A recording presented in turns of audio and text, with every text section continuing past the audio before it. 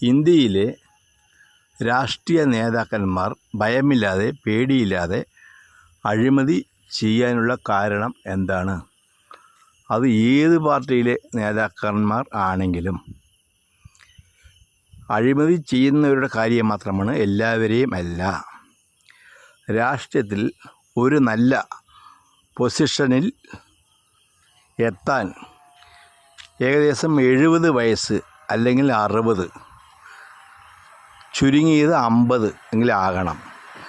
70 വയസ്സുള്ള ഒരു നേതാവ് അഴിമതി ചെയ്ത് 70 വയസ്സുള്ളൊരു നേതാവ് 70 കോടി അഴിമതി ചെയ്ത് പിടിക്കപ്പെട്ടാൽ, ഒന്ന് തെളിവുണ്ടാവില്ല, അങ്ങനെ ഉണ്ടെങ്കിൽ പോലും പിടിക്കപ്പെട്ടാൽ ആ കേസ് കോടതിയിൽ പോയാൽ ഒരു 50 പ്രാവശ്യം മാറ്റി വയ്ക്കും. അത് നമ്മുടെ സ്വന്തം നികുതിപ്പണം കൊണ്ട്. അപ്പോഴേക്കും ഈ അഴിമതി ചെയ്ത നേതാവിൻ്റെ പ്രായം 90.